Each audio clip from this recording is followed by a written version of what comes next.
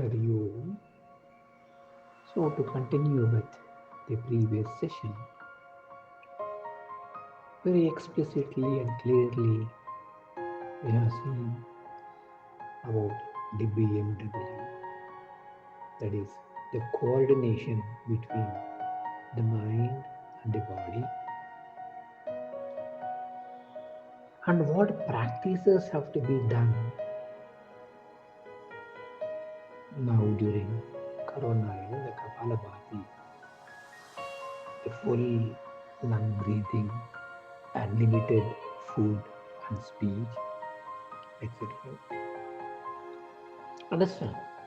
All these things are the preludes or the preparatory steps for the launch pad to take off. Without these things, it cannot happen. It cannot happen knowing the ultimate. So yesterday,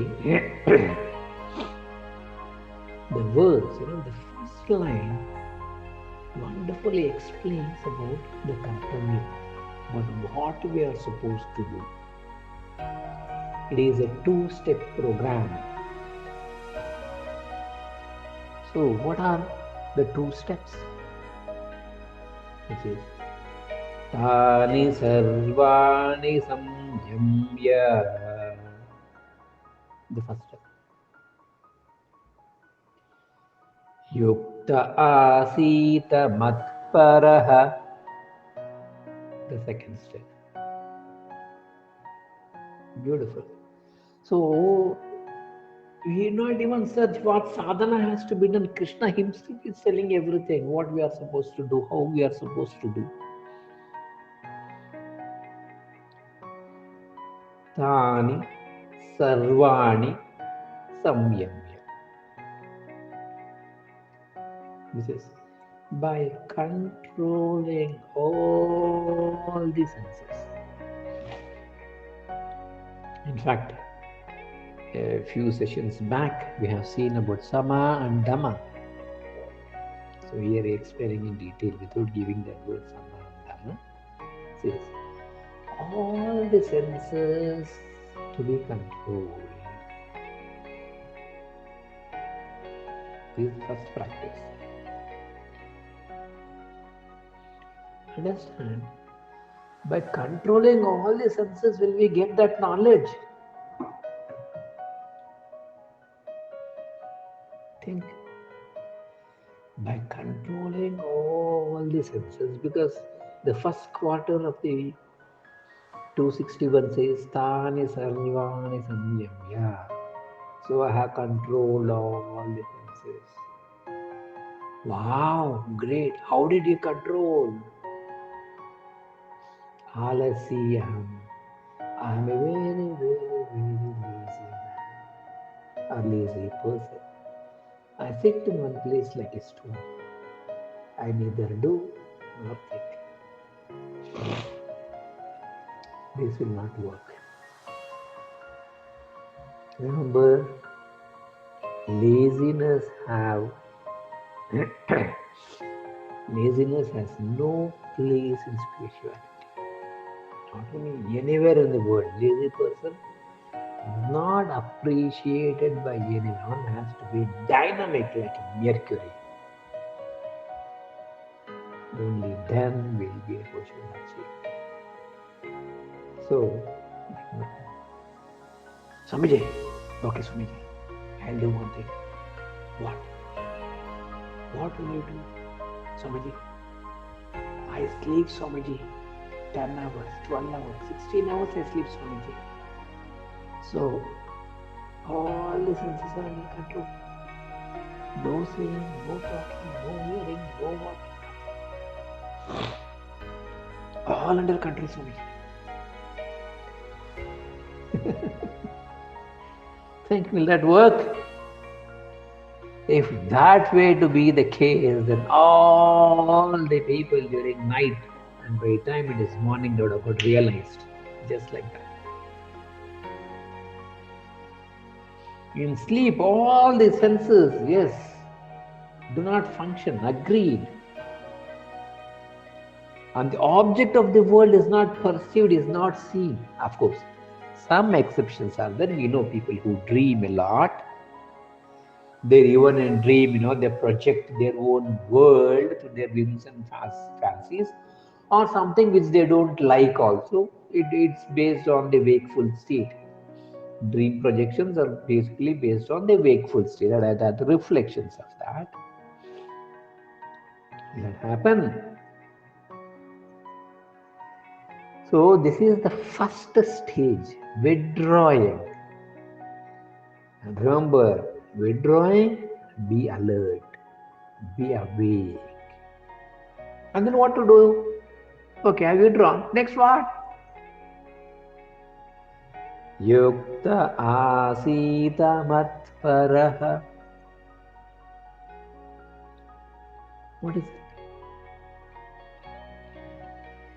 Directing the mind towards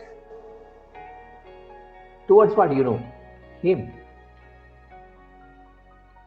That is the Lord, the Supreme Personality of Godhood, the blue boy. You can take any name or any form. The Supreme Channel. Yes, the mind has to get fixed there. So here, when the mind is fixed there, what happens?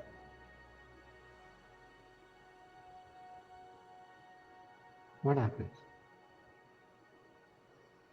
We will have no time for the sense pleasures.